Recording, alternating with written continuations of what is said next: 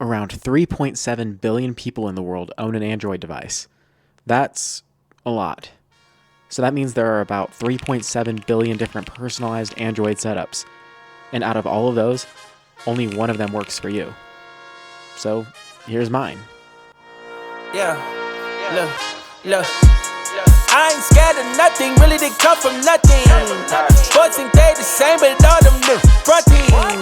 Why they mouth keep running up and up to something? Hey everyone, welcome back to my channel. Sorry there was no video last week, my day job got super busy, so thank you for your patience. In this video, we're going to focus on what's on my Android, what I use on the day-to-day, and what is most efficient to me.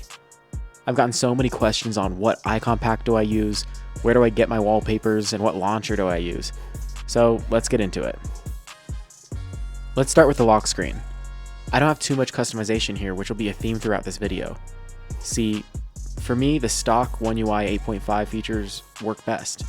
The first thing I want to point out is the Wallpapers app. Completely unsponsored, but I'll link the app below because this is the same wallpaper app that I used on my iPhone as well. This app is really cool. High quality pictures that I personally find really aesthetic. Also here on my home screen is the Samsung Wallet. I use this instead of the Google Wallet because it's just a little more seamless with my Galaxy S25 Ultra. And let's give a quick mention to the fingerprint unlock. I personally like this so much better than Face ID. There's something nice about controlling when your phone unlocks that is super satisfying. Now let's jump to the lock screen. The first thing that stands out is the icon pack. The one that I'm using here is called One Pro Dark. I like this one because from what I can see, One UI doesn't make a dark mode version of their stock icons, so this is a good alternative. Now let's quickly talk about my widgets. Here on my home screen I have the Now Brief, which I've talked about before in another video. Something that's super useful, just gives me a quick glance at everything I need to see. The other one is the Weather app, and me personally, I use the stock One UI Weather app. iOS's Weather app is just unbeatable in my opinion, and there's not a good alternative on Android. Down here in the bottom left, you'll see a folder. I used to keep all of my Google apps in here, like Mail, Maps, Home app, and really just any Google app all in one place, but I've decided to move this around a little bit, and now in this folder I just keep some common apps that I use all the time.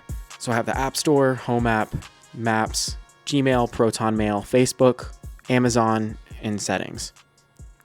Everything else you see here on the home screen are the ones I use all the time, so I constantly bounce back and forth between these apps, and I just wanted quick access to them. My second and last page is full of widgets. So I have my Photos app as a widget. I have it set to bounce between some of my favorite pictures, and I also have the Calendar widget, my Home widget with some quick actions, just to make things a little bit faster, and then my Maps widget. And if you haven't noticed by now, the launcher that I decided to use is just the stock One UI launcher.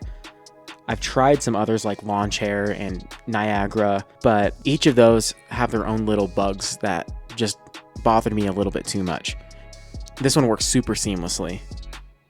Now let's go over some of the apps that I decided to use all the time on my phone. First up, let's talk about messages. I've talked about this again previously, and one of the biggest issues that everybody has moving from iPhone to Android is iMessage. There's really not a great alternative here in the US. Everybody uses iMessage, and if they don't, they have to download a separate messaging app, and it's almost impossible to get everybody to download the same thing. So you'll see Signal here on my home screen. I use this for work. It's just a little bit more secure. But to message family and friends, I use Google Messages app. And watch my last video if you want to see my problems that I have with that, but it's, again, not really a good iMessage alternative. Another important app that I wanted to mention is if you have a Samsung, I recommend that you download the Good Lock app. This has things like Theme Park and Lockstar and a bunch of different customizations. I mentioned it before in a previous video, but if you want to customize something on Android, there's probably a way to do it. And here on Samsung, the way to do that is through the Good Lock app.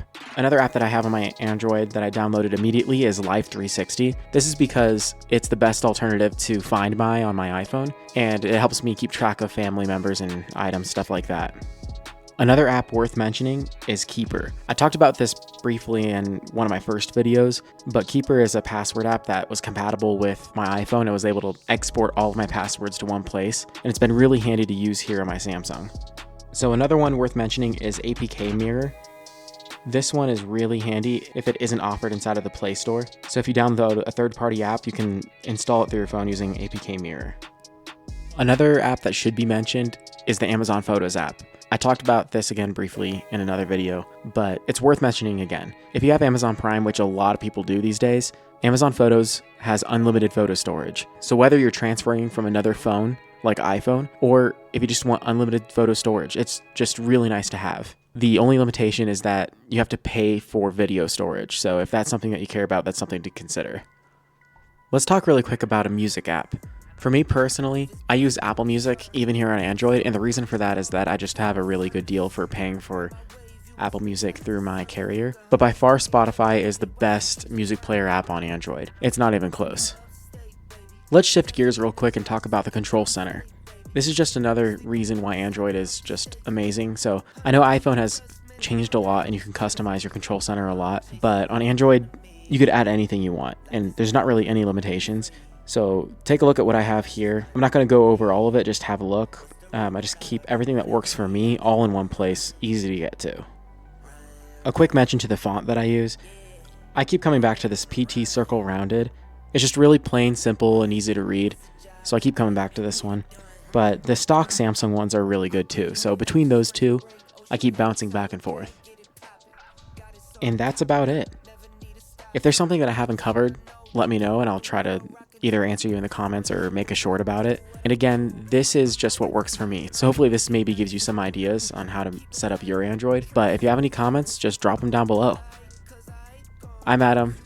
Thanks for watching. I'll see you in the next one. If it's business, call me sir. Boost on money call, and I get to it first. Ride my wave, you must really like to